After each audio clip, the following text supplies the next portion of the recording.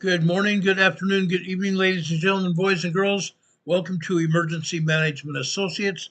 We're coming to you from the Area Command, 392 miles west of Kitty Hawk Beach, North Carolina. We want to welcome everybody to our show this afternoon.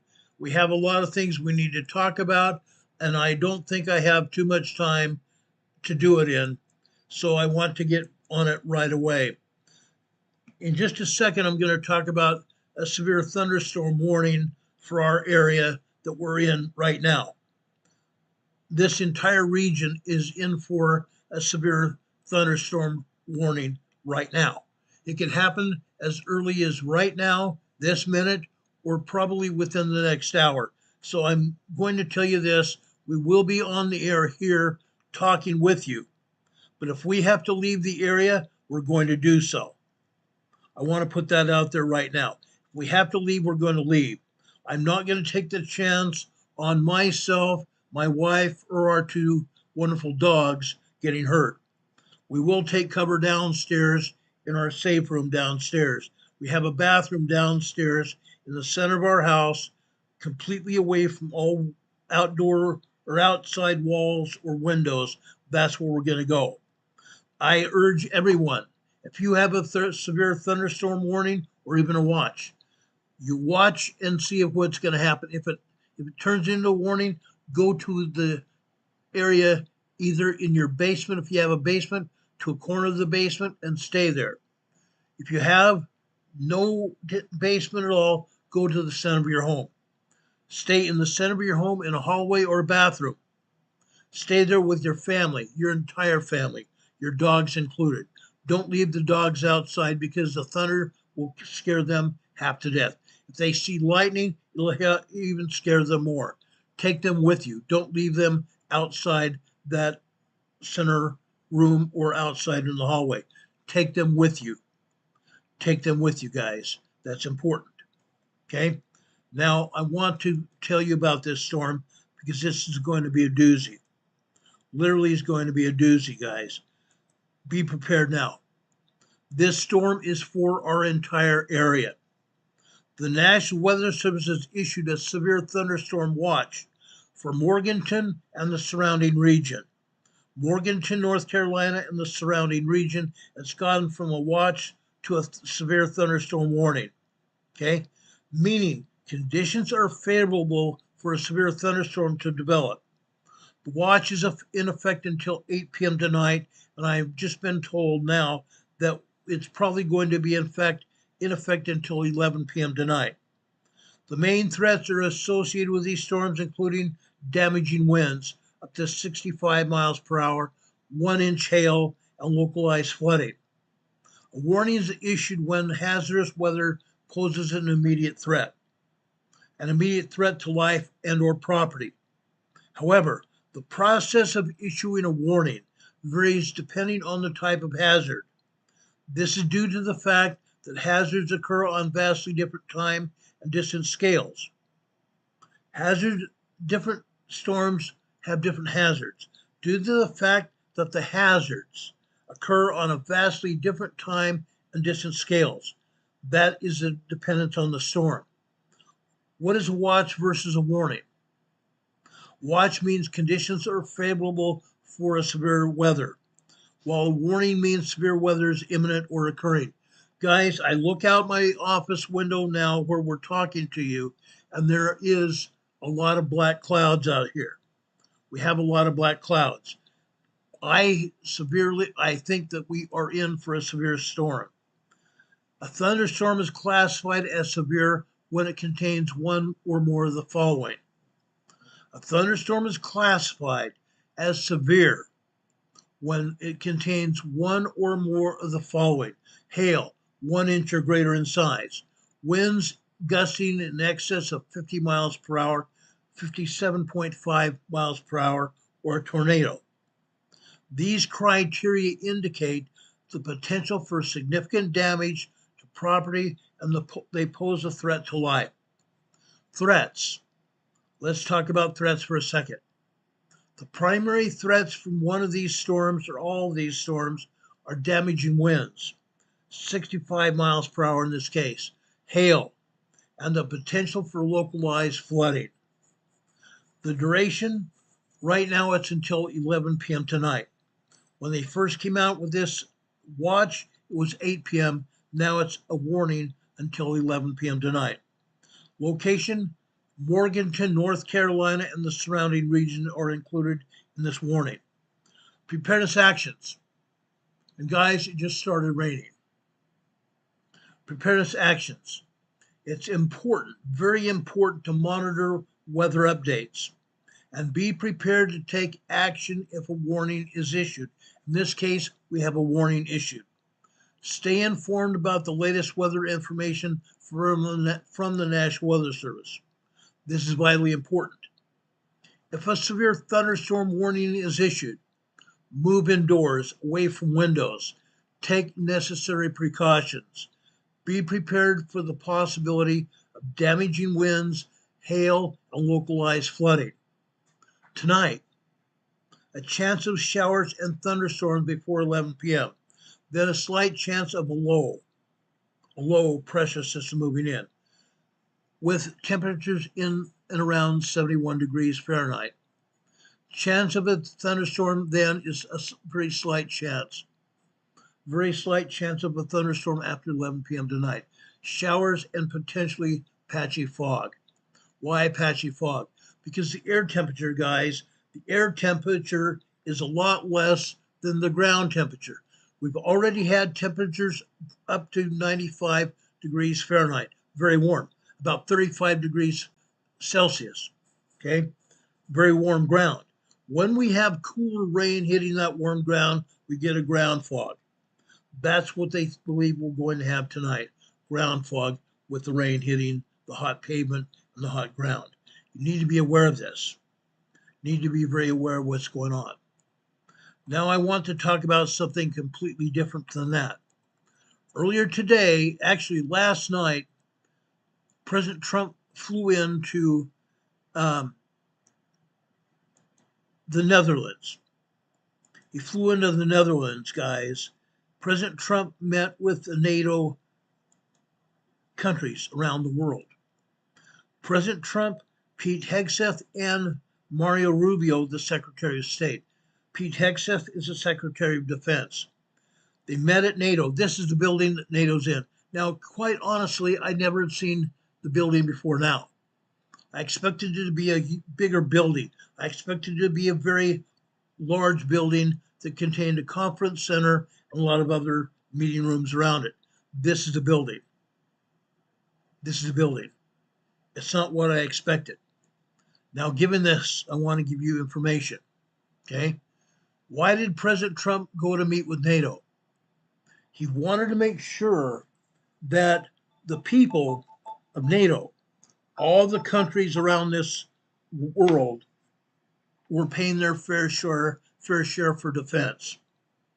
Before President Trump, the countries basically were getting away with murder. They expected a lot from the United States. The United States somewhat protected other countries. Now President Trump lowered the boom on the other countries. Other nations around the world have been lately glowing praise for President Trump and the United States as allies. Okay? These other allies have adopted new military spending for their countries because President Trump warned them. You either up your military spending for your country and you agree to pay the United States to help protect you, or we're not going to do it. President Trump said that, but he also said this. He doesn't want to see anybody get hurt. He wants to be able to protect everybody, but the United States is not the police officer for the world. We're not the police officer for the world. So we expect these other countries to probably, I'm not even going to say probably, we expect these other countries to try to defend themselves before we even get there. Okay? But these other countries have agreed to pay the United States to help protect them. President Trump took the stage this morning with other nations telling Trump that they expected the United States to protect them. But President Trump immediately told everyone that was in attendance that the United States was not going to protect any nation that was not going to contribute to themselves and to the U.S. They were told that they needed to build up their own military might and also to pay the bill to the United States to assist to protect them. Absent that, the United States was not going to do anything. Unreal. Absent that, the United States was not going to do anything. And that's when President Trump said he doesn't want to see anybody get hurt. He feels bad. But the United States of America cannot protect everybody. They have to also protect themselves.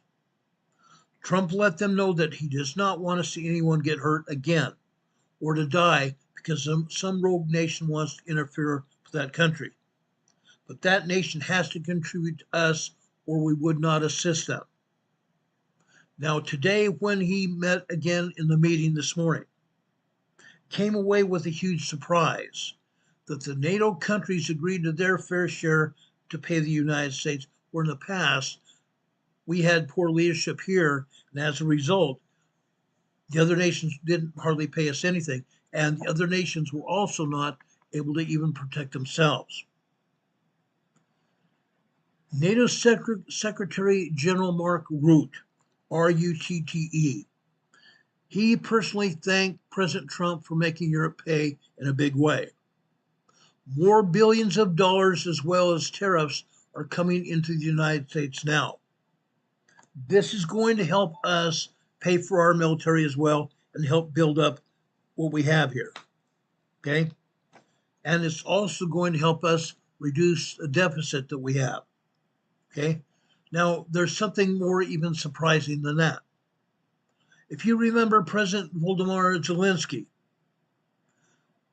he came to the United States. He wasn't even dressed up to meet the president or the vice president or anyone else. He came dressed in a t-shirt and a black pair of pants. Guess what? Zelensky showed up yesterday and today in a suit and tie.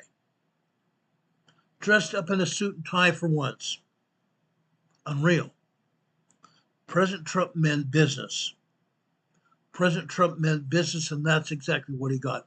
President Trump just got back from NATO headquarters in Brussels and the Netherlands. Okay? So now he's back here in the United States, and he's going to meet with other countries as well this week. I believe towards the end of this week, other countries are coming to visit Washington, D.C., and he's going to talk to them more about their military spending and also to build tariffs that they're going to pay for the United States' help. We're not going to do it by ourselves. Not going to happen. Yes, these tariffs are basically taxes on these other countries. But again, we are not going to pay for everything. The United States of America is not going to pay for everything. Not going to happen. Now, let's talk about earthquakes on the Nomad Fault. Before we do that, let's show you earthquakes around the world. I'm going to bring up the USGS map now. I'm going to take down our webcam. I'm also going to take down our EMA banner. The first thing I want to show you tonight is down in the Tonga, Fiji area. The Tonga, Fiji area. Guys, we've had some more large earthquakes. We've had some more large earthquakes. Let me show you this. Right here, this is another 5.3 earthquake down here in Tonga. Southwest of Houma, Tonga. H-O-U-M-A, Tonga. Okay? Right here. Nearest island is to the north there. The nearest island is to the north. So this earthquake was 282 kilometers, approximately 140 miles southwest of Houma, Tonga, a large 5.3. Nobody on Houma, Tonga felt this earthquake or anywhere else because this earthquake was centered in the water. The ocean waters of the Pacific Ocean absorbed the shock waves from this earthquake. This time, Tonga and Fiji also got lucky. Tonga and Fiji got lucky. Let's move over here to south of Fiji, the Fiji region. This is a 4.5 earthquake also out in the ocean, nowhere near the islands of Fiji. But guys, this is a very large earthquake. I shouldn't say large earthquake. It's a 4.5 moderate earthquake, but it's very deep. This is a very deep earthquake. This is 596 kilometers deep, which means this deep earthquake is going to propagate a larger, shallower quake in the next 3 to 10 days. That larger, shallower quake is going to be approximately a 5.5. A 5.5. Okay? Now, this earthquake and any other large or deep earthquakes could happen anywhere here in the Tonga, Fiji regions, or over here into the Legacy Islands here. Okay? Could happen down here. Earthquakes could happen in Fiji. Earthquakes could happen over here in the Solomon Islands or even in Papua New Guinea or Australia even. So far, we have not seen a large earthquake hit Australia yet as a result of these other deep earthquakes. However, the seismic energy can also travel to the east, over here to southern Chile or Argentina. I'm just throwing that out there because, yes, we could see that. We've seen it happen in the past. But we're going to see a larger, shallower earthquake in the next 3 to 10 days. Okay? A 5.5 birthing from this earthquake here. We have another earthquake down to the south. This is a 4.7 earthquake. Still fairly deep. This is 500 kilometers deep.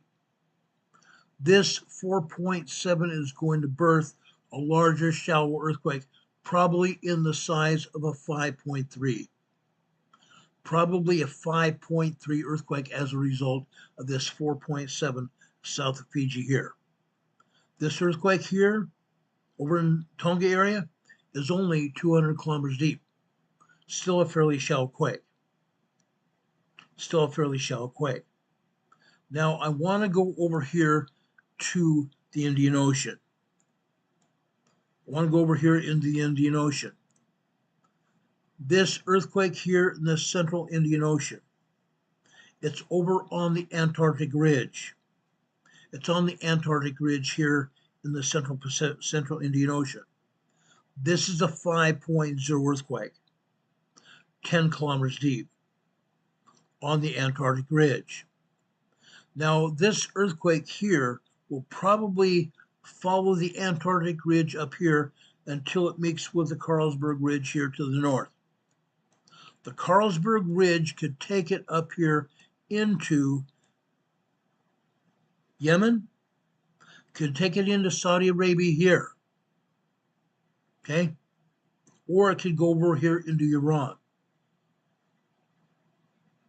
okay? But I don't expect that to happen until probably Saturday or Sunday this week, or maybe even earlier next week. But this 5.0 is going to crawl up into the Western Indian Ocean. It's going to crawl into the Western Indian Ocean. Now I want to go over here into the Nicobar Islands here, north of Sumatra, Indonesia. This is actually 300 kilometers south-southeast of Port Blair, India. Port Blair, India, the Nicobar Island region. This is a moderate 4.6 earthquake, 10 kilometers deep. Now, you don't see many other earthquakes here in Indonesia. Again, the USGS is not playing with a full deck.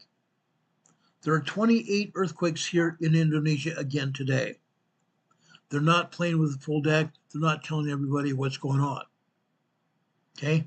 Over here in Indonesia here. This is another moderate 4.8 earthquake. A moderate 4.8 earthquake. I keep getting life insurance telephone calls here, so you'll have to bear with me here. I'm not going to answer the calls. I'm not taking any calls. In fact, I'm going to turn this off, so it's not going to continue. I could get calls all day long. I usually get anywhere from 5 to 10 nuisance calls a day. Yes, 5 to 10 nuisance calls a day. There comes another one from the same organization. Unreal. These guys don't have the sense that God gave them. Okay? It's not October. I don't have to answer the calls. I don't answer the calls in October anyway. But in between October and December 15th, we get bombarded from telephone calls from the government and insurance agencies begging you to buy insurance from them. And I urge you, don't do it. Don't do it. Okay? Call that Medicare number that I gave you. It's also, that Medicare number is also listed in the program description directly below this video today. Call that number and they can help you with your insurance needs if you need it. They're awesome. They're awesome, guys. Okay, let me silence this so we don't get any more of this garbage.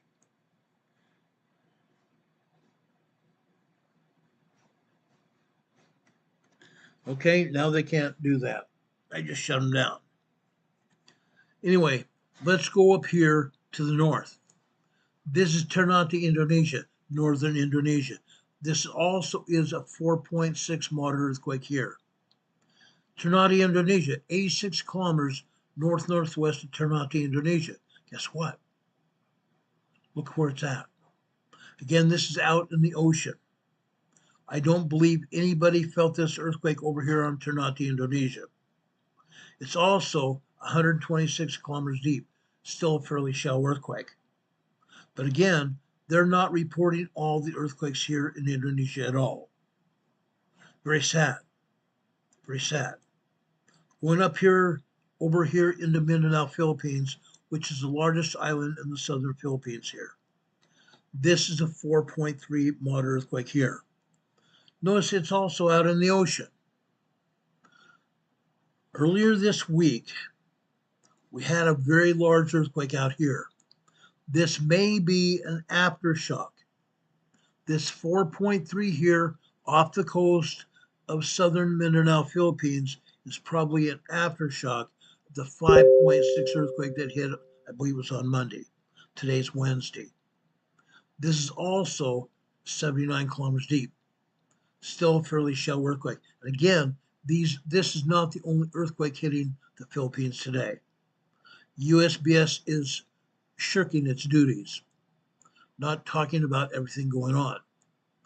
South of Japan here, we continue to get swarms of earthquakes here. Again, this is not the only earthquake south of Japan either. This is the 4.5 earthquake. There's probably 12 other earthquakes here in this region. Again, USGS is not doing its job.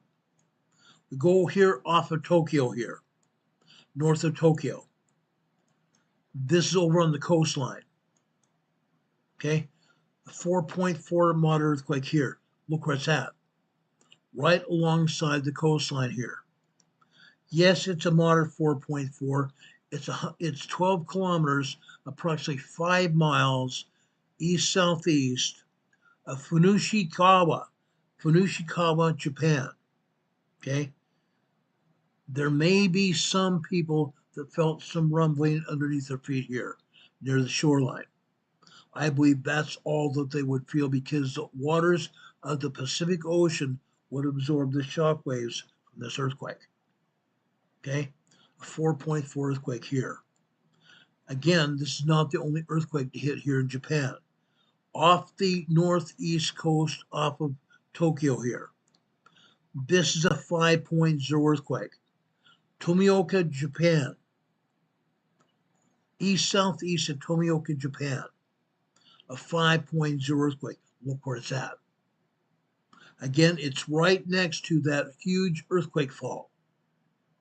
The edge of the plate here. The edge of the Chinese-Asian plate here. Okay? I don't remember the exact name of the plate, but it's right here on the edge of the plate. another large 5.0 earthquake. Okay. Now that 5.0 is probably going to end up here off the coast of Kamchatka Peninsula sometime within the next 4 or 5 days. It's going to end up here. So we're going to probably see another 5.0 earthquake here. Then it's going to go through the Aleutian Island chain over towards Alaska. That's where it's going to end up. Now, it could end up over here in the peninsula of Alaska here, going up here into to southern Alaska here. This is a 1.0 here near Pedro Bay. Near Pedro Bay. Now, folks, this is out here on the peninsula here. It's over on the shoreline of the Cook Inlet here. The Cook Inlet. This is only a tremor. Only a tremor. Nothing's going to happen as a result of this earthquake. However, let's go north. Let's go north. Right here. This is the 2.0 earthquake here. Guess what? We have a volcano right there. We have a volcano, so this earthquake is probably promulgated by magma beneath the surface. Magma beneath the surface. My gosh, what a concept. What a concept. Now, this is Mount Redoubt. During our time here, during the past 6.5 years, we've been on the air. Mount Redoubt has erupted once, and it's also put out ash as well. Now, we do not see any earthquakes here right now from the USBS, but there are earthquakes around here. They're all tremors. Mount Redoubt does not pose any harm or anything to anybody right now. Yes, it could erupt, but right now they don't expect anything to happen. Let's go north here. Okay, this is Beluga, Alaska. 1.0 tremor here. Right here is a 0.5 microquake, 10 kilometers deep. Not a big deal. Over here is Anchorage, Alaska here. Not a big deal there. Over here, just east of Anchorage, this is Elmendorf Air Force Base. Elmendorf Air Force Base here. This is the 1.1 tremor here. Nobody felt it, even at the air base or even in Anchorage. Nobody felt it at all. Now we still have Mount Spur out here that is steaming, and there is active magma in the summit. There is actually an active magma lake in the summit, but it is not erupting outside the volcano right now. I want to emphasize that. Even with the minor tremors and minor earthquakes here, it's not erupting. Over here to the north, this is Big Lake, Alaska. 8 kilometers south-southeast of Big Lake, Alaska, a 1.0 tremor. To the north here, this is a 1.0 tremor as well. 4 kilometers east of Big Lake, Alaska. Right here's Big Lake, Alaska, if you wonder where it was. Right there. Okay? Now, we do have some other earthquakes here to the north of there. This is a 2.8 here near Susitna, North Alaska. Susitna, North Alaska. It's not North Alaska at all. It's Central Alaska. Central Alaska. We can go up here to Denali, Alaska. This is still Central Alaska. Central Alaska. We do have some tremors here. Over here in Denali National Park. This is a 1.2, this is a 1.4, and just here is a 1.0. Okay? These are over on the northeast side of the summit of a great big huge Mount McKinley. Tremors here. Down here in south central Denali, we have a 2.0. Right here to the west, a 1.4. To the east of there, over here on the edge of Denali, this is the 1.4 tremor as well. Not a big deal. Northern Denali, Alaska, right here just happened. It's a 2.0 earthquake. 2.0 earthquake. You don't see much of any other but tremors here. Going just up here to the south of the Arctic Circle. This is the 1.8 tremor up here just south of the Arctic Circle here near Wiseman, Alaska. Wiseman, Alaska. Notice that there are no other earthquakes here around the Arctic Circle or over here near Katavik, Alaska, near the edge of the North Sea here, which is the oil-rich area of Alaska, oil-rich pumping area of Alaska here. Okay. Now over here in the Pacific Northwest, I'm only going to touch on this lightly. Our program tonight is based on the New Madrid fault, and that's where we're going after this. Okay, over here in northwestern Washington, Cosmopolis, Washington. This is a 2.0 earthquake. There is one north of there right here.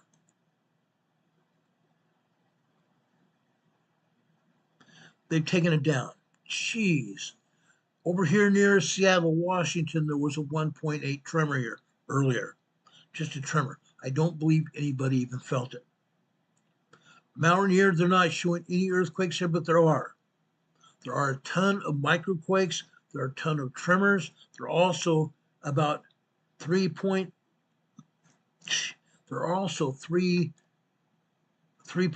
earthquakes as well. Mount Rainier. Small earthquakes at Mount Rainier. East of Mount Rainier here, this is a 0.8 microquake. Down here at Mount St. Helens, there are a ton of microquakes, there are a ton of tremors, there are a ton of minor earthquakes, and there's also one 3.0 earthquake here at Mount St. Helens. USGS is showing what they consider a surface quake. A surface quake. They say this is a 0.0 surface quake. Guess what? It's not a surface quake at all. It's 8.2 kilometers deep, 4 miles deep here. It's not a surface quake at all. Right next to this is a 0.5 microquake. This is a mile deep, just about a mile deep here. As I said, there are a bunch of microquakes, there are a bunch of tremors, there's a bunch of minor earthquakes, and also one 3.0 earthquake here at Mount St. Helens. They want to make it seem like nothing's going on. That's why they give us this false information. All of it's false. All of it's false. I want to go over here into the southern Cascadia subduction zone right here. This is a 3.0 earthquake just off the coast of Petrolia, California. A 3.0 earthquake off the coast of Petrolia, California. This happens to be near the Triple Junction. The Triple Junction where the Cascadia subduction zone meets here with the Gorda Escarpment and the San Andreas Fault here. The northern San Andreas Fault. 3.0 earthquake here. Now you see a bunch of earthquakes down here just north of San Francisco. 100 miles north of San Francisco is Sonoma County, California. This is a geothermal power plant. This is a home of a geothermal power plant that obtains steam from the Clear Lake volcano here. The geothermal facility here obtains steam from the Clear Lake volcano, and it turns turbines. The steam turns turbines here in the geysers facility. And as a result of the people that run the geysers, they've drilled into the upper magma chambers of the Clear Lake volcano to obtain steam to power the turbines to generate electricity for 4 energy conglomerates. 2 of them are Pacific Gas and Electric, and the other 3, I believe one is Southern California Edison, one is Rocky Mountain Power, and I don't know what the other one is. 4 energy conglomerates pulling electricity out of here from the geysers facility. We have seismic energy coming off the Pacific Ocean here, the Pacific Plate. The seismic energy comes here seen these drill points, the human-caused earthquake faults. Human-caused earthquake faults. Those drill points are all human fault zones. Human fault zones. As a result, we get earthquakes here. This is a 1.3 tremor here.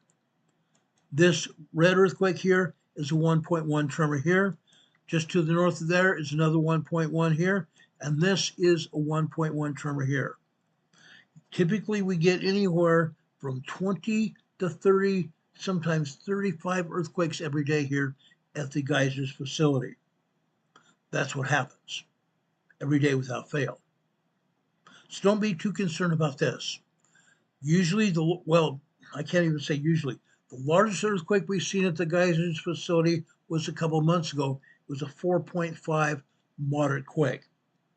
Over at the Clear Lake volcano here, we have had 2.5 earthquakes, minor earthquakes. We've had 3.5 earthquakes, and we had a 4.5 earthquake here a couple years ago. USGS is not talking about earthquakes here. They don't do that. They just don't do it. Sometimes we've had to dig for it, and occasionally USGS will tell us some earthquakes are hitting here, but not very often. Okay? Now you see what's going on. We talked yesterday about earthquakes in Southern California. Yes, we have an earthquake here in San Diego. This is East County, San Diego. This is out in Lakeside, California. I used to live out here in Lakeside.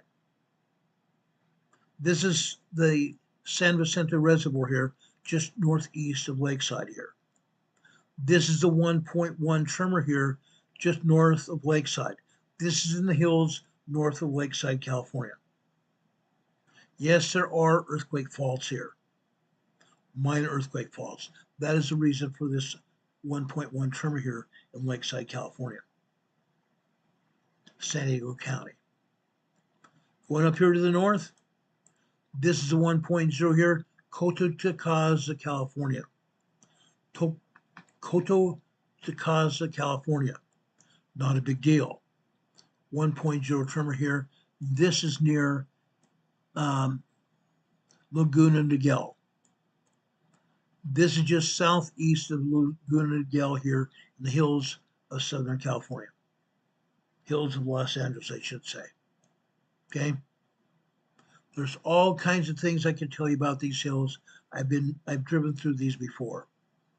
Unreal. One more earthquake I'm going to talk about here. This is over here in the Salton Sea, near Bombay Beach. I told you here at Bombay Beach, every day we see anywhere from 3.0 to 4.5 earthquakes every day. This is a 2.8 minor earthquake here.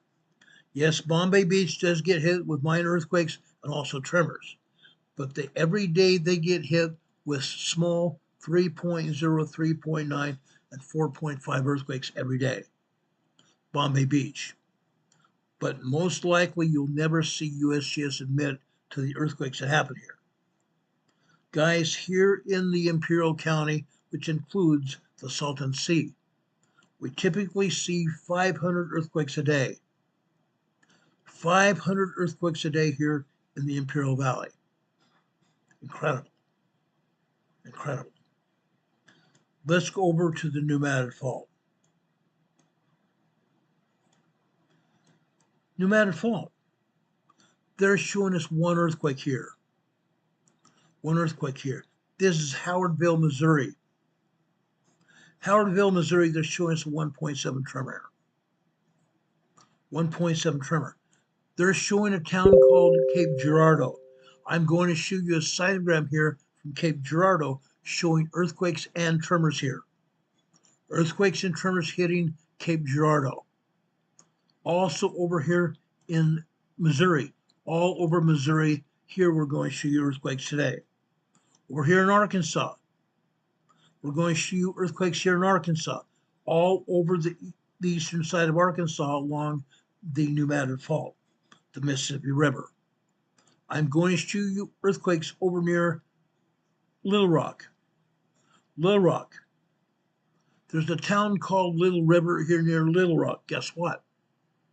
I'm going to show you 3.0 earthquakes all over Little Rock, Arkansas. Okay?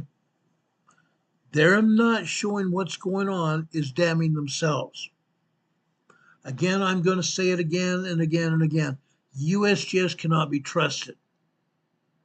USGS cannot be trusted at all. Okay? They just can't. Renee Steffi says there's a tornado warning issued near the Twin Cities of Minnesota. Chanhassen, Minnesota, for Freeborn, Minnesota, and Steele, Minnesota as well. This is a tornado warning. You guys need to take cover. Go to your tornado shelter or go to the basement of your home, to the back corner of the basement of your home, and stay there until the tornado warning ends. Okay? If it's not in the basement corner, go to the center of your home, in a bathroom, for example, or a hallway. Bring a mattress from your bedroom and pull it over the top of you in case anything else were going to fly because of the wind. Be very careful. Watch yourself. Be very careful and watch yourself. Renee Steffi's also issued another tornado warning here for Des Moines, Iowa, Winnebago, Iowa, Worth, Iowa, a tornado warning. Again, go to your tornado shelters right now. Go to your tornado shelters right now and be aware of what's going on around you. This is a tornado warning here. Okay, I'm going to talk the rest of the evening about earthquakes on the New Madrid Fault. I'm going to show you earthquakes on the seismograms. The seismograms are computer readouts of the earthquakes happening from the seismograph in the area. That's what the seismograms are about. Okay, so I'm going to pull up our webcam here. I'm also going to pull up the seismograms starting here with Arkansas. Guys, this is real. This is Catfish Pond, Arkansas, right alongside the New Madrid Fault. Right alongside the New Madrid Fault. Look what's happening here. The top of this seismogram was midnight last night. Then we go to 1 a.m., 2 a.m., 3 a.m., 4 a.m. We start to see some microquakes. We start seeing some microquakes and tremors here. 5 a.m., 6 a.m., down to 7 a.m., we get into tremors and then we get into minor earthquakes. At approximately 7:30 over here on the left-hand side on the blue line, we're seeing a 2.8, 2.9 earthquake. That earthquake started registering at approximately 7:14 this morning. 7:14 this morning with tremors. A minute later, it turned into a full-blown earthquake. Full-blown earthquake, 2.8, 2.9 earthquake. You see what happens here.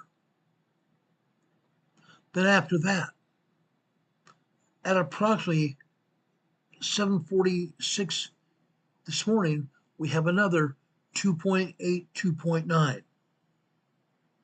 Okay? Look how long these seismic systems last. Okay? The seismic signal lasted here over a minute and a half.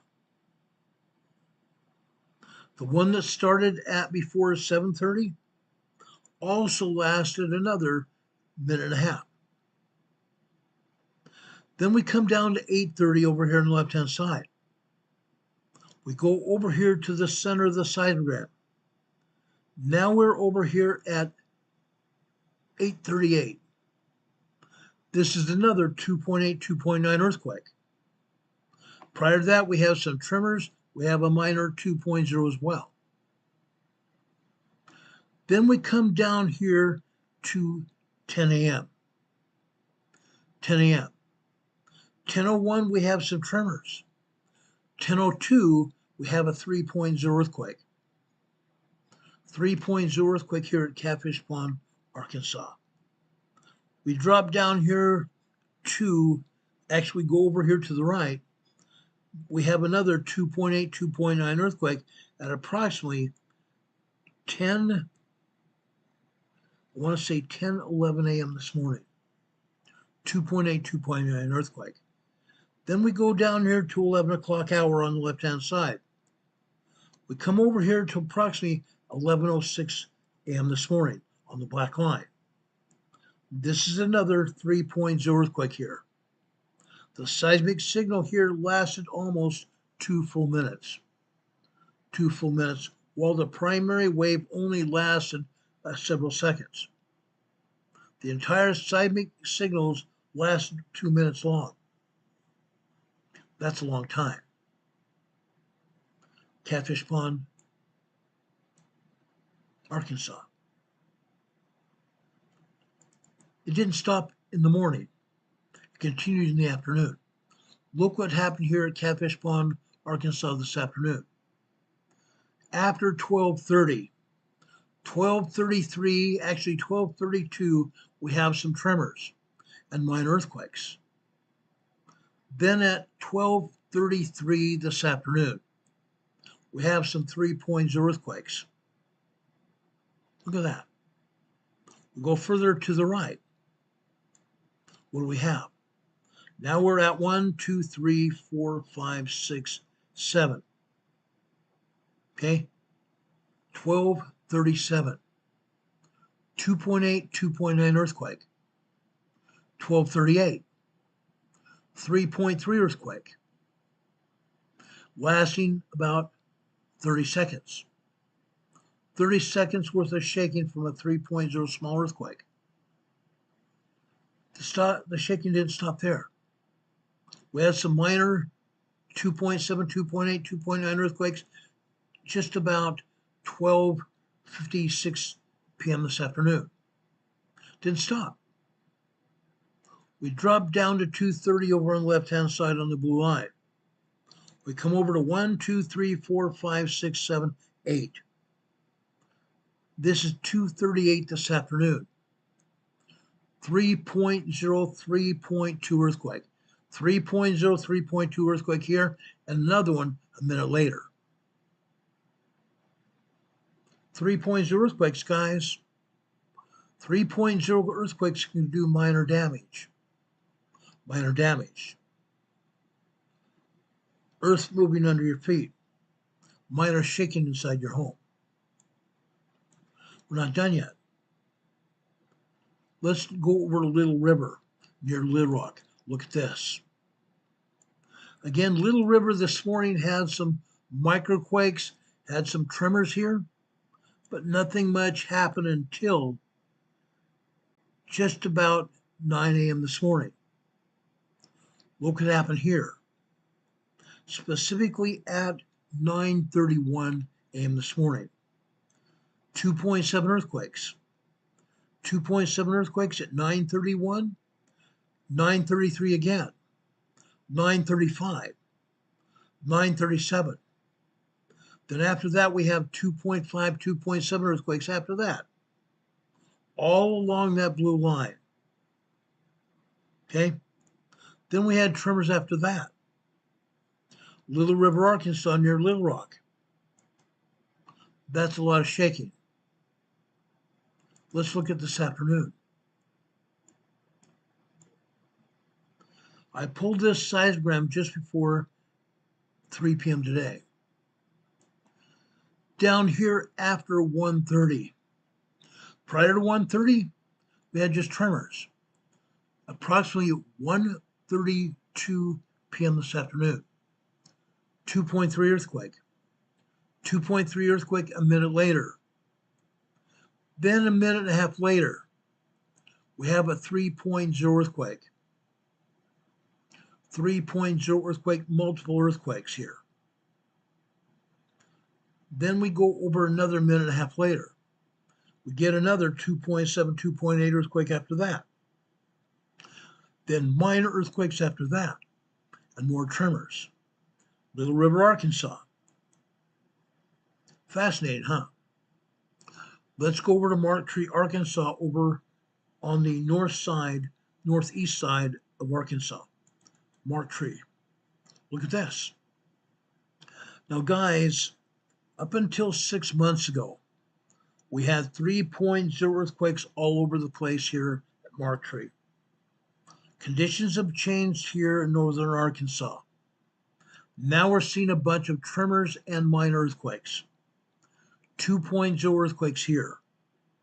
Tremors, and these are long duration tremors that turn into minor earthquakes, and then long duration tremors after that.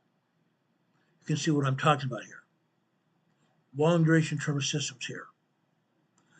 Then we come down here to 10 a.m. this morning. Just after 10 a.m., we had a 2.0 earthquake. Then we had tremors, and tremors continue to get larger and larger. 10:05, we had 1.5, 1.6 tremors here. 10:06, these tremors became 2.0, 2.5 earthquakes here. Long duration tremor turning into earthquakes here. Then we drop down here to 10:45 on the left-hand side. We come over here to approximately 10:52. 10:52. We have some 2.4, 2.5 earthquakes, and then we have another 3.0 earthquakes here. Several 3.0 earthquakes back to back here. These earthquakes continue for about 2 minutes. Then they determine to go down to 2.4, 2.5. Then they go down to 2.0, and then they diminish about 2 minutes later. That's a lot of shaking here. This is a lot of shaking here at Mark Tree. Again, we used to have 3.0 earthquakes all day long here. Literally all day long. Starting in the early morning hours, just after midnight, all day long. Now it's gotten to be tremors here. But let's look at Mark Tree, Arkansas this afternoon. The same thing this afternoon as well. Usually all day long we had 3.0, 3.5 earthquakes. Now we're just having tremors and minor earthquakes. Tremors and minor 2.0 earthquakes here. Let's continue this, okay? I want to go over to north central Arkansas now. North central Arkansas. This is Needham, Arkansas. Needham. Needham. Needham, Arkansas here. Let me reduce this seismogram in size so you can see what's going on here. Okay? What happened here? Prior to about 5 a.m., all we had here were microquakes and tremors at all. Long duration tiny tremors here up at the top. Long duration tiny tremor at 1:45. Then over here on the left-hand side on the blue line here, I want to open this up so you see it. 6:30 this morning, we had a 2.5 earthquake. That diminished and lasted not more than a minute and a half. Then down here at 7:15 on the left-hand side, tiny tremors. 5 minutes later, we have some minor tremors here, 1.5, 1.8 tremors. 3 minutes later, we have a 2.8, 2.9 earthquake here. 2.8, 2.9 earthquake. That earthquake occurred at approximately 10:23 a.m. this morning. Then we continue down to approximately 8:39 a.m. this morning. We have some tremors, and we also have a 1.9 tremor here. Not an earthquake, not a minor earthquake, but a 1.9 tremor. We see more tremors here. Then we come down here to after 9:45 on the green line on the bottom left side. We come over here 1, 2, 3, 4 minutes later. A 3.3 small earthquake here. 3.3 small earthquake here in Needham, Arkansas. Guys, Needham, Arkansas didn't used to see 3.0, even 2.5 earthquakes. In the past, all they've seen here in Needham, Arkansas were tremors, maybe a 2.0. That's it. Now we are seeing changes here in Needham, Arkansas, north central Arkansas. 3.3 earthquake here. Look at the length of time that this seismic sequence happened. 2.5 minutes, maybe 3. Yes, we have several 3.0 earthquakes here as well. Let's jump down here to the red line just beneath 11 a.m. The red line here at the bottom is 11:15. We jump down here to 11:20 a.m. this morning. All of a sudden, we have 3.0 earthquakes here. 3.0 earthquakes here. Again, here in Needham, Arkansas. This didn't usually happen here. This doesn't usually happen here. I don't believe it was by happenstance either. Seismic energy here in Arkansas, Missouri, Tennessee, and Kentucky is moving. Seismic energy is moving. Okay? Let's look here at Needham, Arkansas this afternoon. Look at this. The seismic activity continues here this afternoon. Right after 12:15, we go over here to 12:19. 12:19 p.m. this afternoon, we have some more 3.3 earthquakes. 3.3 small earthquakes. These are felt earthquakes. 3:21, those earthquakes continued, this time 3.0, 3.1. Several minutes later, we have a 2.0, 2.5, 2.8, 2.9.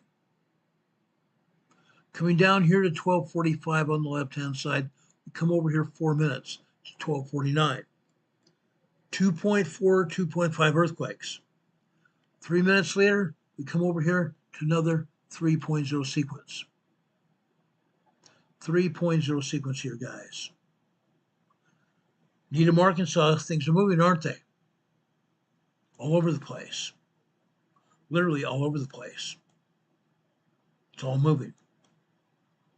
Now, I haven't talked specifically about individual earthquakes here in or on the new Madrid fault in several weeks. I wanted to come out here and show you what's actually going on. They've actually gotten larger. The seismic energy's gotten larger and more frequent. Let's go over to Truman, Arkansas, south of Martree. Look what's happened here. More long duration tremors here and some minor earthquakes. More long duration tremors and minor earthquakes here. Let's continue over here this afternoon at Truman. This is what happened this afternoon at Truman, Arkansas. Not too big of a deal, except after 12:15 here on the left-hand side, we go over to 12:19. We have a 3.0 earthquake here. 3.0. It shows here to be a 2.0, 2.4, but this is a 3.0 earthquake. After that, at 12:49, that is a 2.0 earthquake there. And a minute later, another 2.0.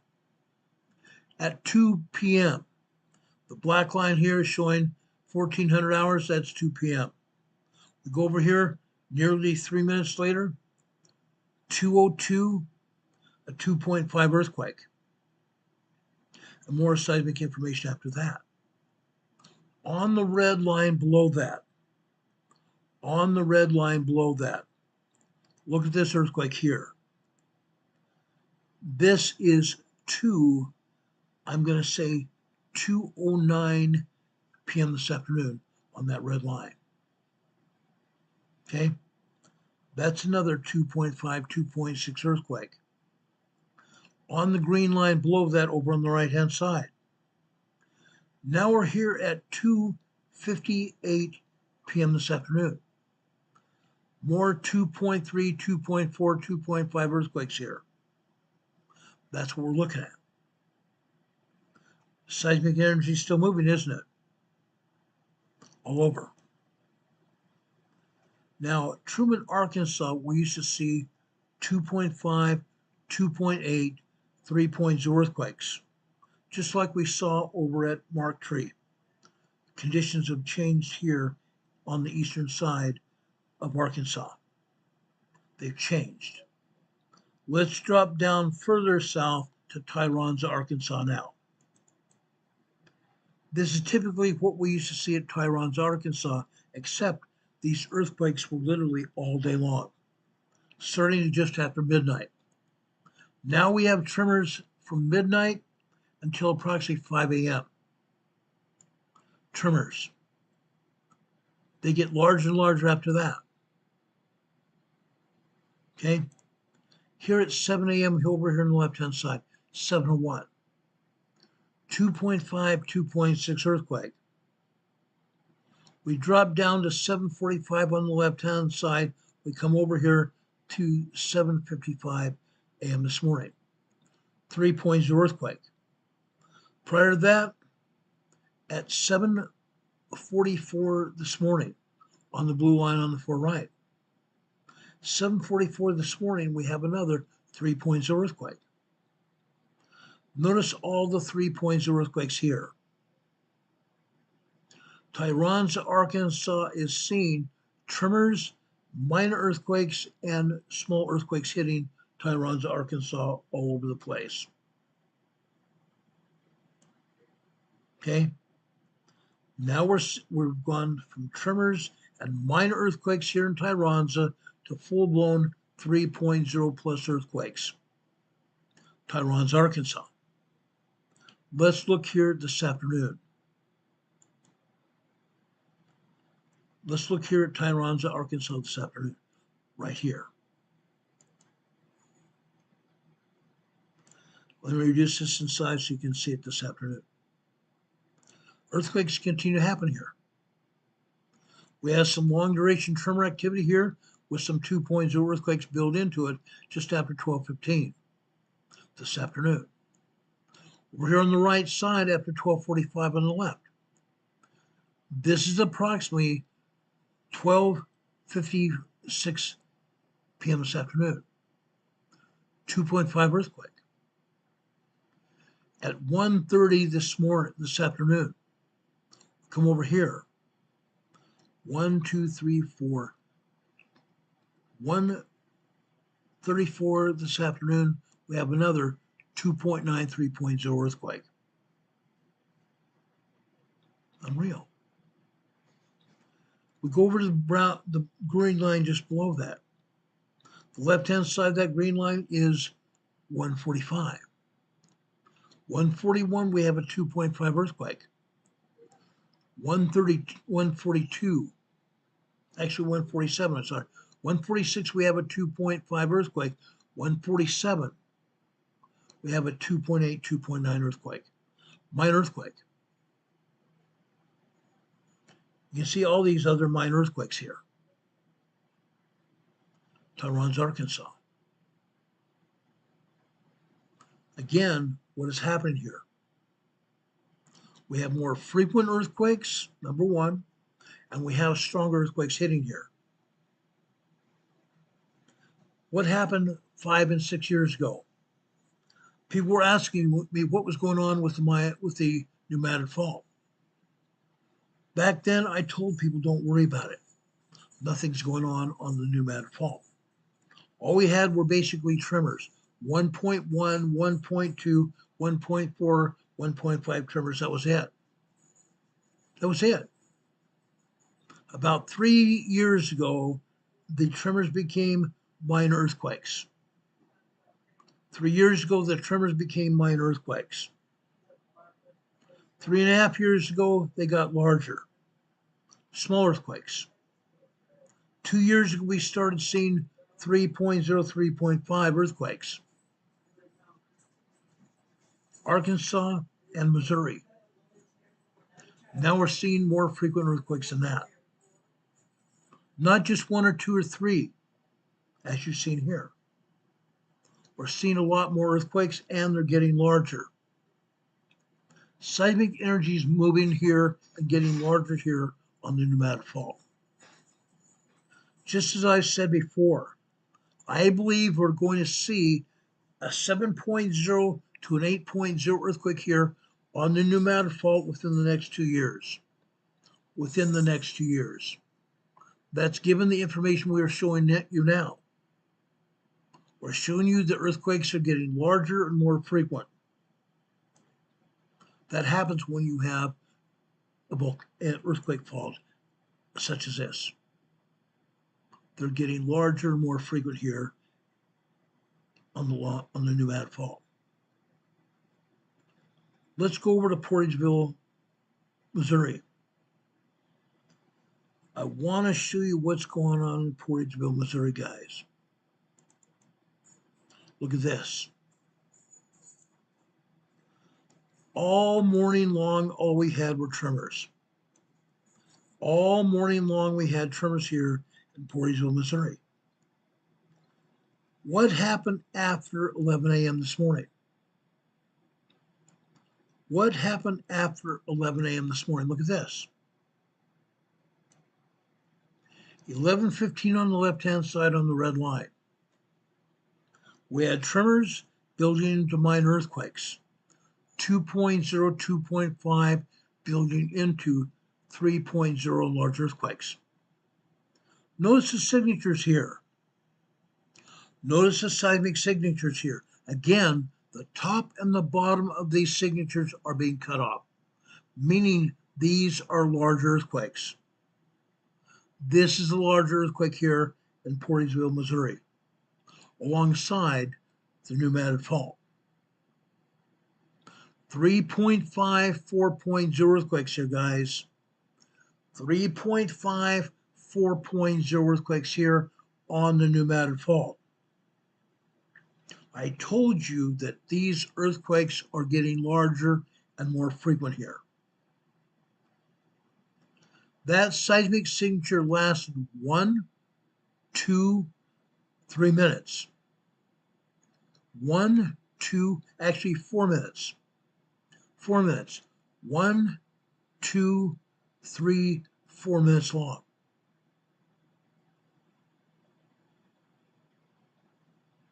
Four minutes of small to moderate earthquake shaking. Portageville, Missouri, on the pneumatic fault. What happened here after 11:30 on the blue line? Started off with minor earthquakes, didn't it? Prior to that, the other earthquake after 12:06 or 12:05 this morning. I'm sorry, 11:05. I'm blowing this. 11:25 this morning. 11:20 this morning. 11:20 this morning. 3.5, 4.0 earthquake here. That earthquake never stopped shaking. We had good-sized tremors all the way down to the right here. From 11:19 a.m. this morning until 11:20, I want to say 11:24 this morning. Then the tremors kicked in. They lasted another 5 minutes. The tremors continued until we had an earthquake at approximately 11:31 a.m. this morning. Again, this was at least a 3.0 to 4.0 earthquake. Probably closer to 3.5, 4.0 earthquake. Again, they cut off the top and they cut off the bottom of the signature here. We don't know exactly how strong this earthquake is, and USGS is not telling us. They're not listing this earthquake on the map.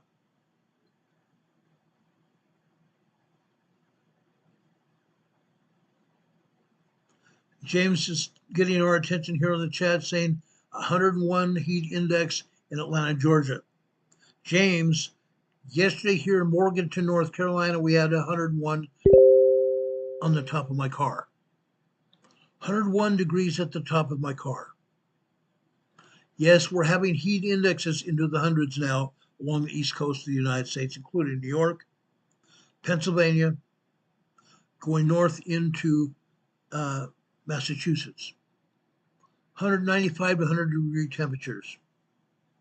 The Carolinas going up into Pennsylvania and also up into Massachusetts. Very hot. Very, very hot. These warm temperatures are going to continue for probably another few days. Another few days until Monday. Then we're supposed to be getting a cool down after that. Probably into the 70s after that. All I can say, guys, is wow, and drink lots of water. Make sure you stay hydrated.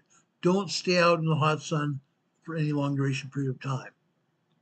If you have to go outside, make sure your head is covered. Make sure you have SPF 50 or greater sunscreen, and make sure you have lots of water. Have a large brim hat on to protect your face and head, and also sunscreen on your arms and face and neck, and also make sure you have plenty of water. Huge heat wave, Lena says. Absolutely. Huge, huge heat wave right now. It's coming from the central part of the United States, and it's spread over to the eastern United States now. Still going to be hot in the central United States, all the way from North Dakota all the way down to Texas. Still going to be hot. But again, Portage-William, Missouri, guys. 3.5, 4.0 earthquakes here. No joke. This is not a joke. Guys, they continue this afternoon. Look at this. Here we have tremors here this afternoon. Look at that. Shaking didn't stop. We just have tremors instead of big earthquakes. Okay. I want to show you more here in Missouri. Let's go over to Barker Cemetery. Again, 2 years ago here at Barker Cemetery, all we had were microquakes, tremors, and minor earthquakes. Microquakes, tremors, and minor earthquakes. Look what we have here. Total quiet. Total quiet until after 7:45. 7:45, we started getting tremors, minor earthquakes, 2.5, 2.6 earthquakes. More tremors, then 2.8, 2.9 earthquakes. Look at that sequence here after I want to say 7:50 this morning. 7:50 this morning all the way over to the right. Incredible. Let us look over here at 8:30. 8:30. More earthquakes. 2.6, 2.7 earthquakes. 2.9 earthquakes after 8:36 this morning. How about 9 o'clock? 9 o'clock, we don't have much of anything on this black line. But we go over to 9:06, 9:07. This is, guys, a 3.0 earthquake. 3.0 earthquake. 9:07 a.m., a 3.0 earthquake. We go over to 9:30 here. 9:30, we have 1.8, 1.9 tremor. On the blue line, we go over here to the right, though. This, guys, is 9:43 a.m. this morning. 2.9, 3.0 earthquake, and after that, a full 3.0, 3.1. Look at all the other minor earthquakes here as well. Even down here after 11:16 this morning. 2.8, 2.9. And then down here at 11:48, a 2.7, 2.8. This is Barker Cemetery, Missouri. We've seen minor earthquakes here all day long before. Now we've seen the minor earthquakes, and we're also seeing these larger 3.0 as well. Barker Cemetery. Barker Cemetery this afternoon. Look at this, guys. Again, we're seeing minor earthquakes. We're also seeing 3.0 earthquakes as well. 3.0 earthquake here at 12:48 p.m. this afternoon. 3.0 sequence lasted about 30 seconds. Then a 2.8, 2.9 after that. Then we come down here to 1 p.m. on the black line. We have some tremors, don't we? We come over here to approximately 107, 108. All of a sudden we have a 2.8, 2.9. Then we have some more tremors, then a 2.4, 2.5. And then another 2.8, 2.9. Then minor earthquakes here. Unreal. Barker Cemetery is moving, guys. It's moving.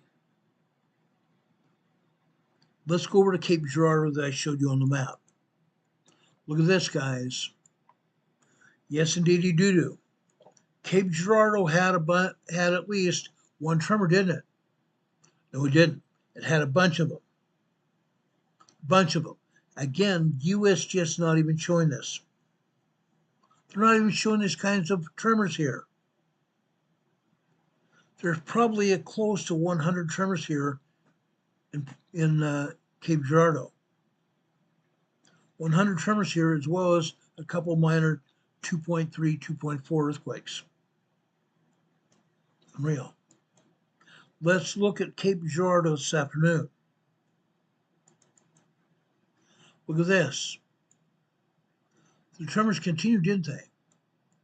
And also one minor earthquake over here after I want to say 1:43 this afternoon. 2.0, 2.2 earthquake. 1:43 this afternoon. Incredible. Cape Girardeau is moving.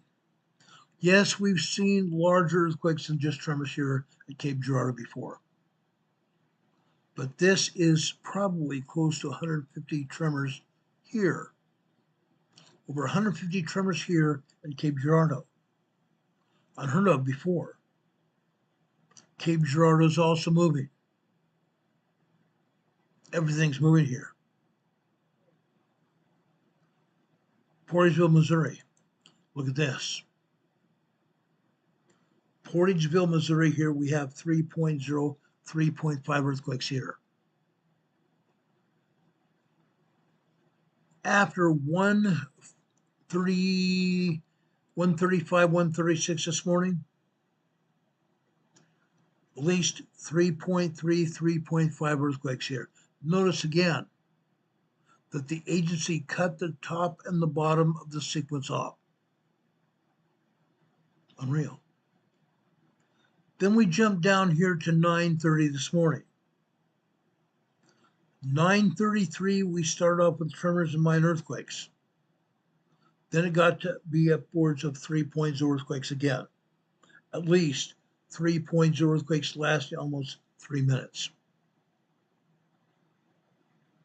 We jump down here to 11:15 on the left-hand side, and we go over here to about 11:19. We have some tremors that build into 2.5, then build up to a 2.8 earthquake. We come down here to the green line on the left-hand side, which is 11:45. Over here on the right. Suddenly we're down here at approximately 11:56. 11:56 to 11:57, we have another sequence here. 3.0 earthquakes here. 3.0 earthquakes lasting over 2 minutes. Portageville, Missouri. Let me show you more this afternoon. Look at Pires, Missouri this afternoon. After 12 noon, 3.0, earthquakes minimum.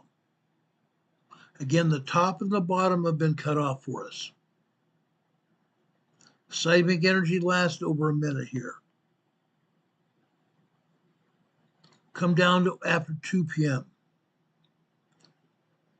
This appears to be 208 on the black line here.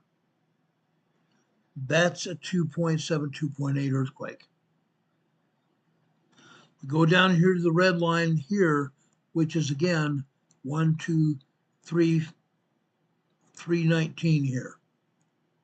3:19 p.m. this afternoon, we have another 3.5 or 3.3. I'm going to say 3.1, 3.3 earthquake here. We move down here to the blue line here on the right-hand side. This is 3:44 this afternoon. 3:44 this afternoon, guys. We have another 3.0 earthquake. Pires, Missouri. Lena Vacano says, that's a long time to shake. Yes, it is. Guys, these earthquakes are getting stronger and more frequent. Stronger and more frequent here in the New Manifold area. Like I said, I expect this to continue. I expect this to continue. I want to take you over here to North Carolina. Earthquakes happening here in North Carolina. Let's go over to Roper, North Carolina on the northeast side. Look what's happening here in Roper, North Carolina. We're having 3.0, 3.5 earthquakes here as well. Again, they are cutting the top and the bottom of these quake sequences off. This one over here on the right side. This happened at approximately 9:57 a.m. this morning. Started with tremors, got up to 2.0 earthquake, and all of a sudden off the chart. They cut off the bottom and the top of this sequence here. 3.0, 3.5 minimum, possibly even a 4.0 here in North Carolina. The seismic sequence continued until after 10 a.m. here on the black line. So about 10 a.m. and 30 seconds. Then it drops down to tremors for 1, 2, 3, 4 minutes. Then suddenly we have over 3.0 earthquakes again. Again, they cut off the top and the bottom of this sequence here. This is at least a 3.5 earthquake. A 3.5 earthquake. Northeastern North Carolina. Guys, this is over here on the border region of the Atlantic Plate. The border region of the Atlantic Plate here. This is null. I got a lot more to show you here. North Carolina is moving. North Carolina is moving. I showed you Roper. This is Roper, North Carolina this afternoon. Here, guess what they did? We've had seismic sequences here, earthquakes happening. But here in this case this afternoon, they cut off the seismograph. They turned it off. They turned off the seismograph again. They knew we were having earthquakes here, and they turned off the seismograph again. We've got a little like 2-hour sequence here with no seismic sensors here. Nothing showing. Then after that, we might have 45 minutes of showing. They turned it off again. They did not turn it back on before I came on the air. That's Roper, North Carolina. Let's go a little bit south over to Roland, North Carolina. Roll in North Carolina, look what happened here. Let me open this up to show you what's actually happened here. This is this afternoon. Roll in North Carolina this afternoon, just here after 1:15.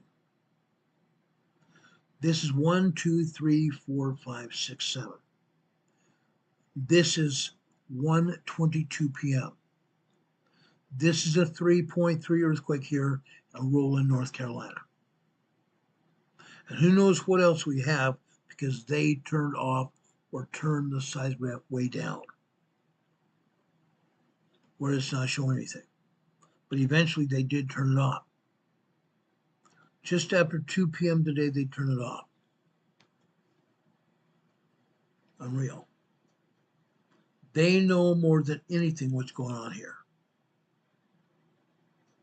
Let's go over Taylorsville. Taylorsville is about an hour and 40 minutes away, going north. It's an hour and 40 minutes north of Morganton. Look what's happening here, guys. Okay? No joke. After 7 a.m., guys, at approximately 7:08,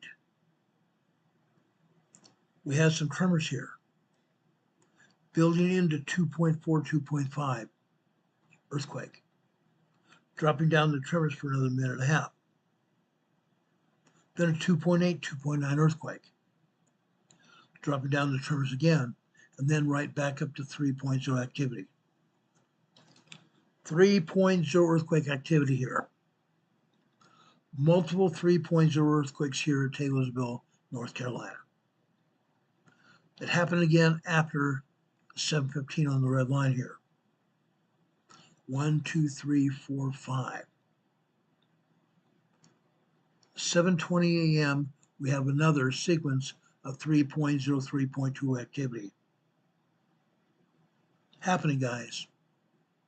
Again, this is over here on the western Atlantic plate. The western Atlantic plate is moving, guys. The Atlantic plate is expanding from the center. The Atlantic plate is expanding from the center, pushing the North American continent, Canada, and the United States in a southwesterly direction. That is what is causing these earthquakes.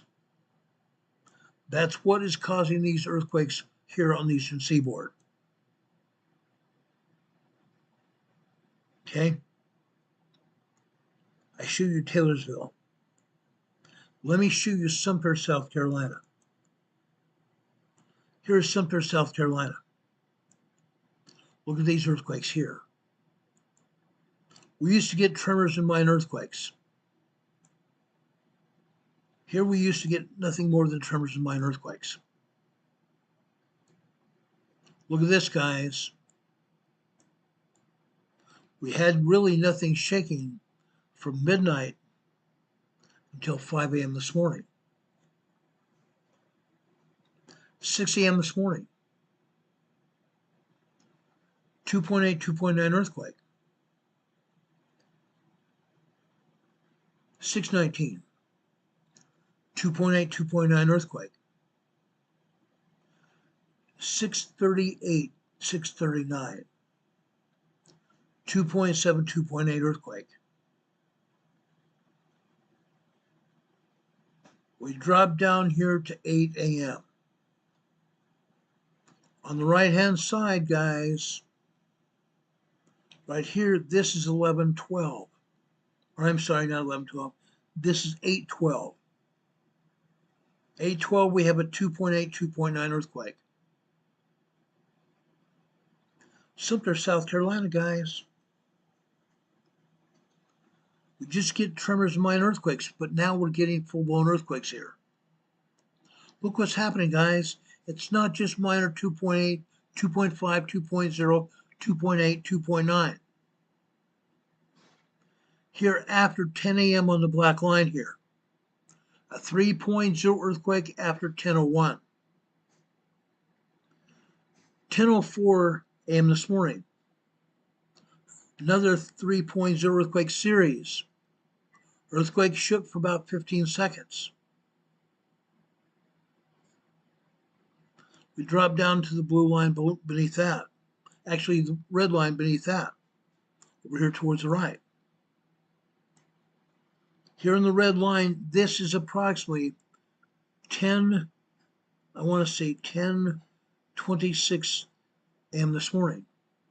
Another 2.93.0 earthquake.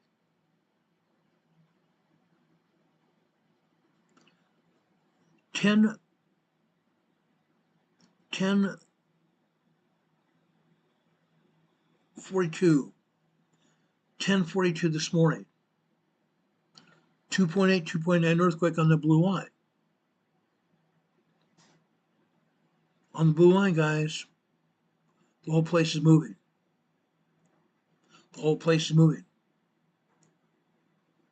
Let's drop down here to 11:30. At 11:31, we have another 3.0 earthquake. 3.0, 3.2 earthquake here. Sumter, South Carolina.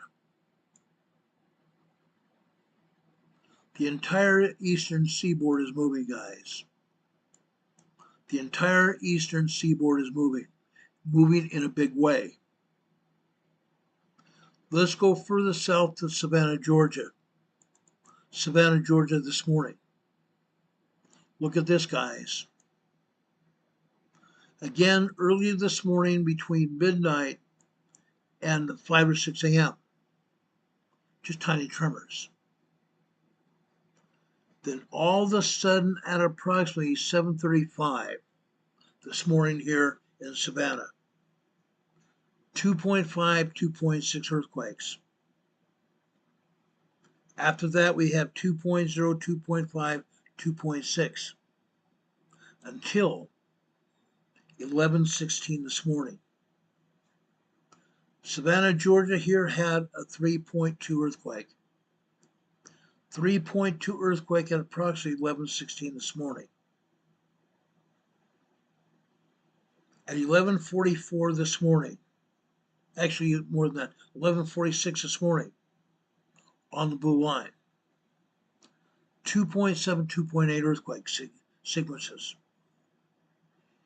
Yes, there's tremors built in there. There's also minor earthquakes built in there too. Savannah, Georgia's moving, isn't it? All up and down the entire eastern seaboard is moving. The whole place is moving. Savannah, Georgia this afternoon, look at this. Not just tremors. Not just tremors at all. On the blue line on the far right, 2.6, 2.7 earthquake there. There's a small sequence of quakes there. We drop down to 12, I want to say 12:55 p.m. this afternoon. 3.3 earthquake here. 3.3 earthquake here in Savannah, Georgia. Yes, we're seeing a bunch of tremors. We're also seeing some minor earthquake activity, as well as at least 2 or 3 3.0 and larger earthquakes. Savannah, Georgia. The whole place is moving, guys. The whole place is moving. Now, I've shown you the East Coast. I've shown you the East Coast. Now, let me bring up the USGS map again. I want to explain what's going on here.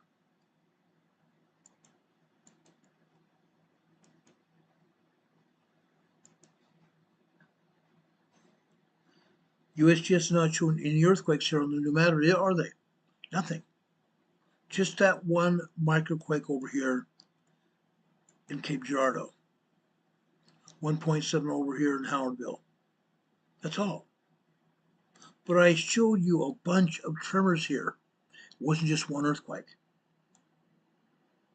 Over here on the Atlantic plate, the mid-Atlantic plate is having earthquakes here. The mid-Atlantic plate is expanding. The mid-Atlantic plate is pushing Europe and Africa in an easterly direction. The mid-Atlantic plate is pushing Canada and the United States in a southwesterly direction. That's why we're having all these earthquakes here on the East Coast.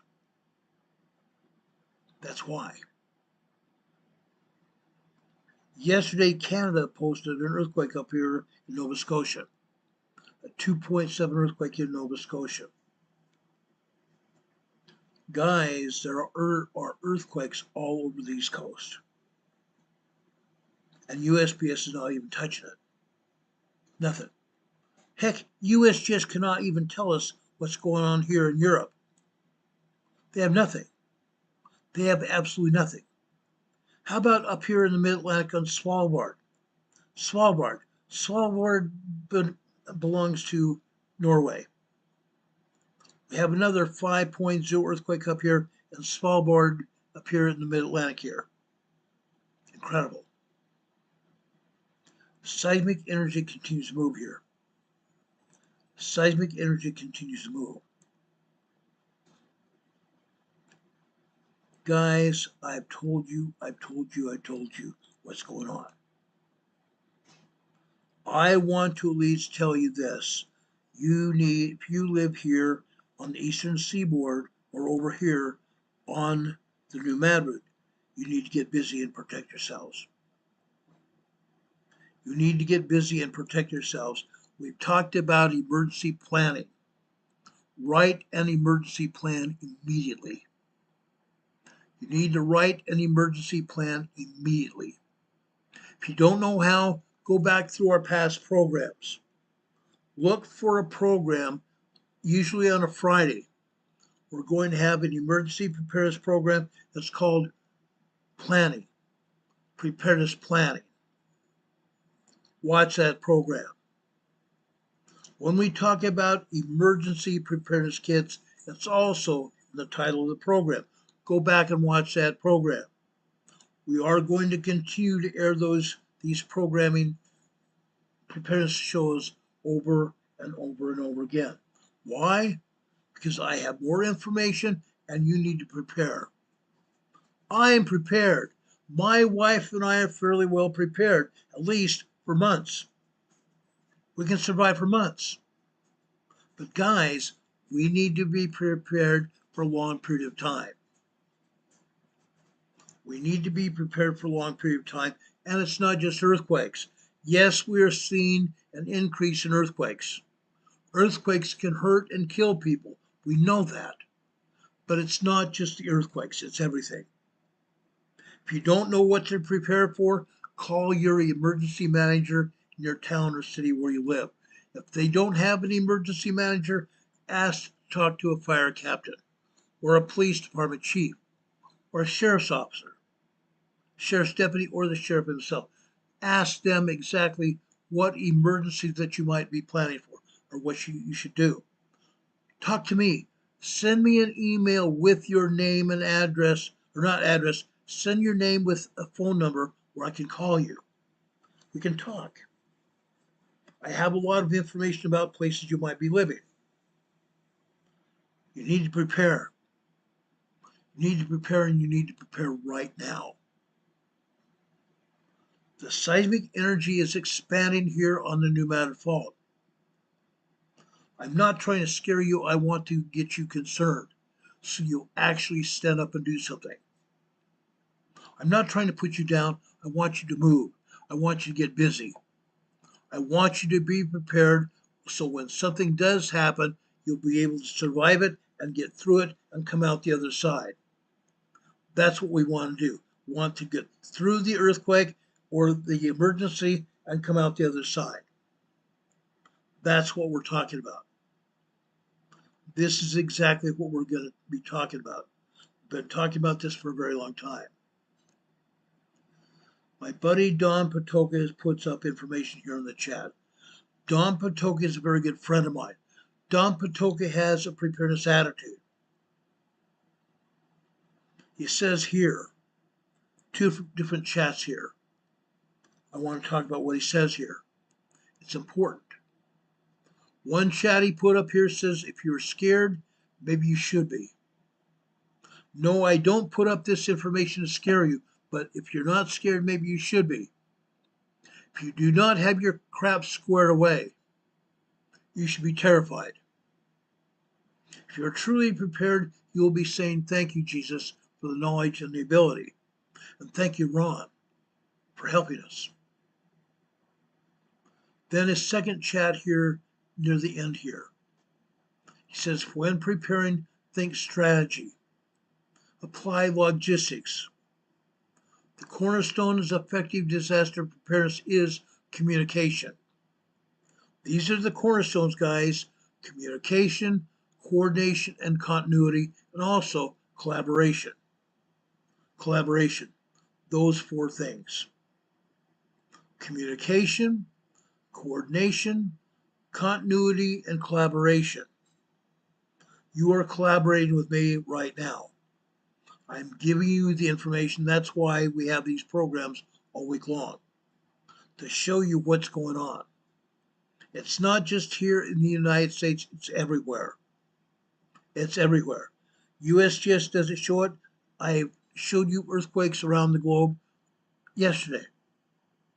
They're happening everywhere, and they're getting larger as well. You need to be prepared. Renee Steppe is also putting up a flash flood warning issued. South Dakota, Sioux Falls, South Dakota, Ida, Iowa, and Woodbury, Iowa as well. Now, SagePup also gave some advice I want you to heed. Don't just tell everyone what you're doing. Number one, people laugh at you. Number two, when something happens and they know you're prepared, they'll come knocking on your door and they'll blow in your door. Just like the bed bag wolf. The big bad wolf will knock on your door and blow it in. That's going to happen. Don't just tell everybody what you're doing. Yes, you may want to talk preparedness with some of your closer friends and neighbors if they have the same mindset. If they have the same mindset. Be very careful who you talk to, even family members. Family members can be very cruel. Some family members don't understand, will never understand, because they think you're just crazy. But I'm giving you the evidence to back it up. I don't want to give you this evidence to be scared. I want you to be prepared. That's why we're talking about it. I want you to be prepared more than anything else in my entire life. Okay? Now, I want to ask you for something else. If you've enjoyed this program, please give us a big thumbs up on this program. That's number one. At the beginning of this program, I should have told everybody to stay tuned through this entire program. Because if you didn't stay tuned through the entire program, you're not even listening. You're not paying attention. You're not getting full value of what we talked about. And as a result, you're not going to be prepared. We leave these programs up on YouTube. We leave these programs up on YouTube for a reason, so people can go back and review these programs. Please give us a thumbs up, guys. In the future, please pay attention to what we're doing here on these programs. Watch our entire program. Otherwise, you're not going to get any benefit from it. Number three, I would ask you not just to give us a thumbs up, but also to subscribe this channel. Subscribe this channel. When you subscribe, also click on that little notification bell. It's a little bell alongside the subscription button.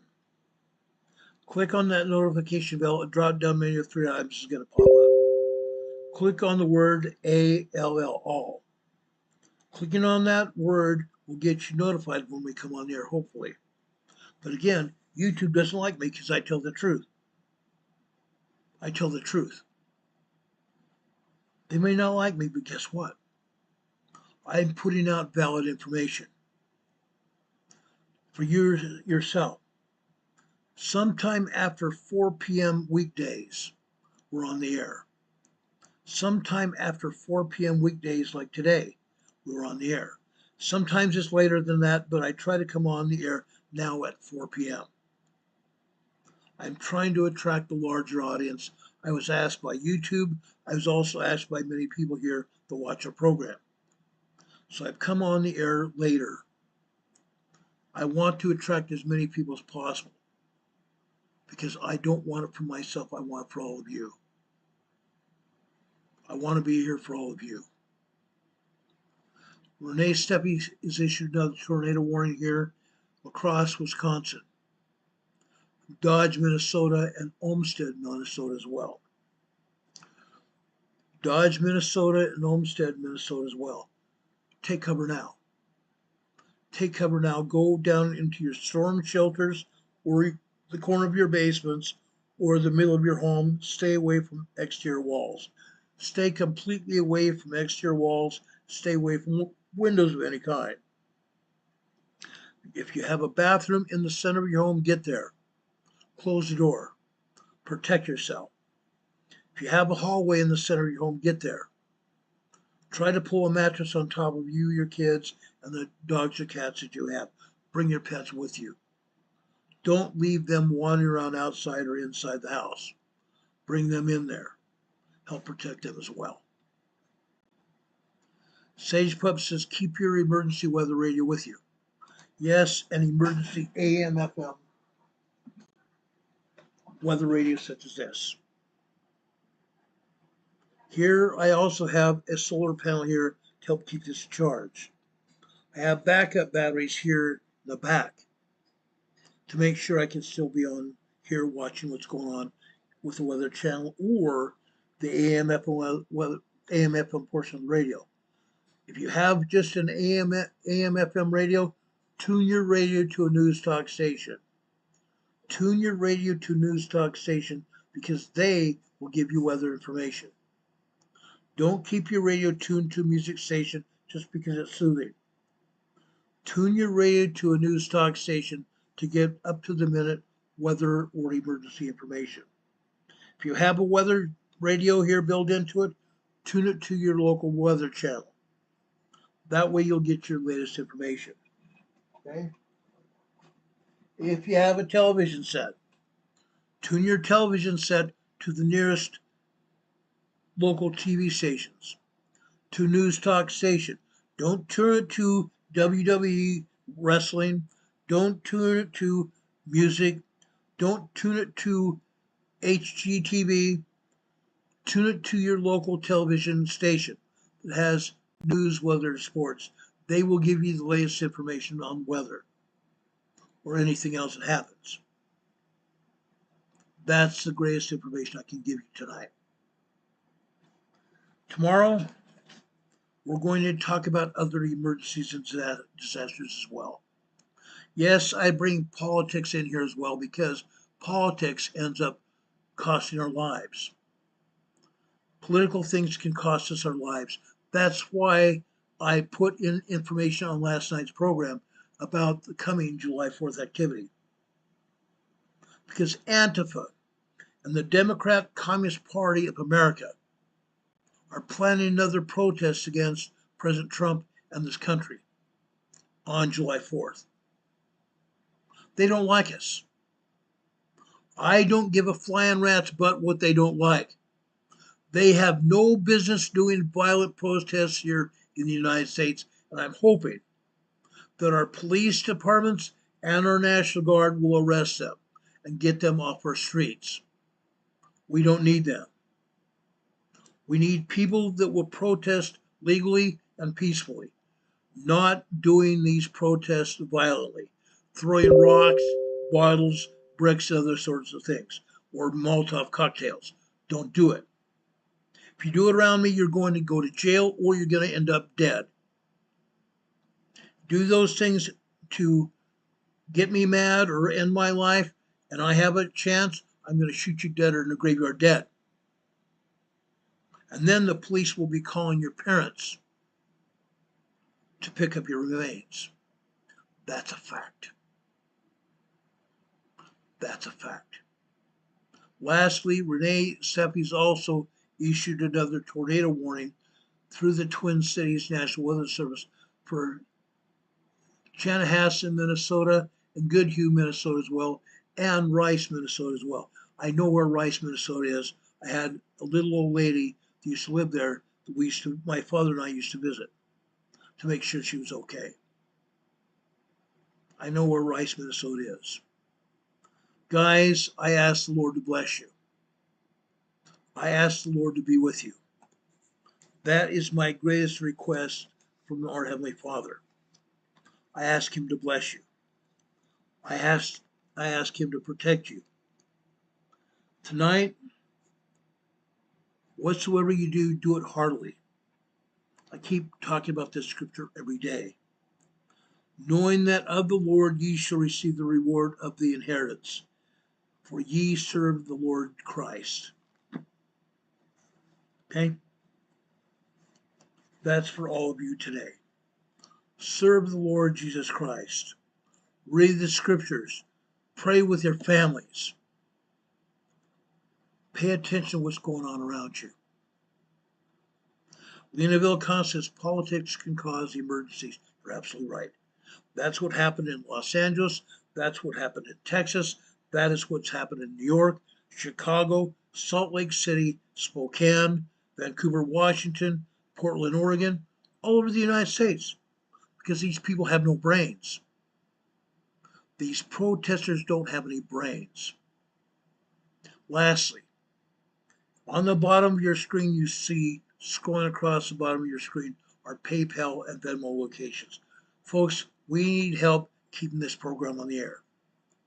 Prices keep going up. We'd appreciate any donations either through Super Chats on this program or Venmo or PayPal is another location where you can help donate to us. We also have our address below that. We have our email address to send us comments and criticism and even ideas on what you want us to say on this program. rltnspdema@gmail.com. You see our address here, 504 Bethel Road, Box 401, Morganton, North Carolina, Morganton, North Carolina. Zip code here is 28655. Inside your card or letter, you can send us a donation inside your card or letter. Make sure the letter is wrapped around the card or wrapped around the donation so nobody can see what's in it. The same thing on the card. Put your donation in the middle of the card so nobody can see what's in it. Send to our address. Carol and I love cards and letters. Carol gets a big kick out of it. She loves hearing from you. Tell us how you're preparing. Tell us what you're doing to prepare. We want to help you. Carol and I want to help you. Please do that. Please do that. Folks, I love you tremendously. Otherwise, I wouldn't do this. I wouldn't do it at all. Demon Catman says also you can join our membership here on YouTube. We'd appreciate that. For as little as $1.99 a month, you can help contribute to this program. That link is in the program description, at the top of the program's description here below this video tonight. Help us there as well. Brothers and sisters, I love you. I care about you. I care about you. I love you tremendously. The Lord loves you as well. I tell you that every day because I know it to be a fact. Some of us wouldn't be here if the Lord didn't care about us. I'm one of those people. Sage Pup, Don Patoka, Renee, we're all here because we know that the Lord loves us, and Demon Catman as well. What a wonderful bunch of people we have here as mods. I love you all. God be with you guys. God be with you until we meet again.